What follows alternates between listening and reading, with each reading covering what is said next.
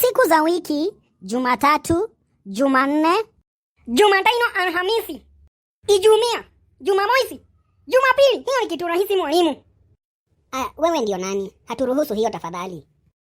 Mama, I am a teacher by profession. Nimekuja hapa kujua kwa nini mtoto wangu anapata 00. School fees ninalipa yote. Anakujanga kanisa mapema. Si kanisa, anakuja shule mapema. Anatokea hii masaa ya kawaida, anakula na shiba. Shida ni wewe mwalimu ama shida ni mtoto wangu? Teacher. Mama hajasoma. Amesema ati amesoma teacher by profession, no? Na hajasoma. Wewe, hebu funga hiyo mdomo. Bila mambo mingi, kwa nini mtoto wangu hapiti?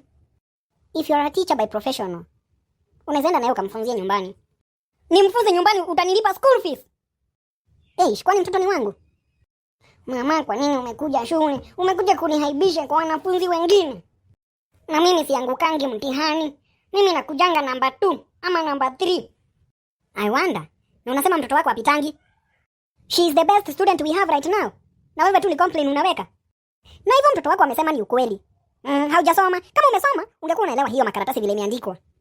Hadi juzi mwalimu alikuwa amenileta shule Monday. Na hata ilikuwa inafunguliwa Monday, ilikuwa inafunguliwa Wednesday. Haina maneno mwalimu. Tutazungumza. Usikuwa na wasiwasi.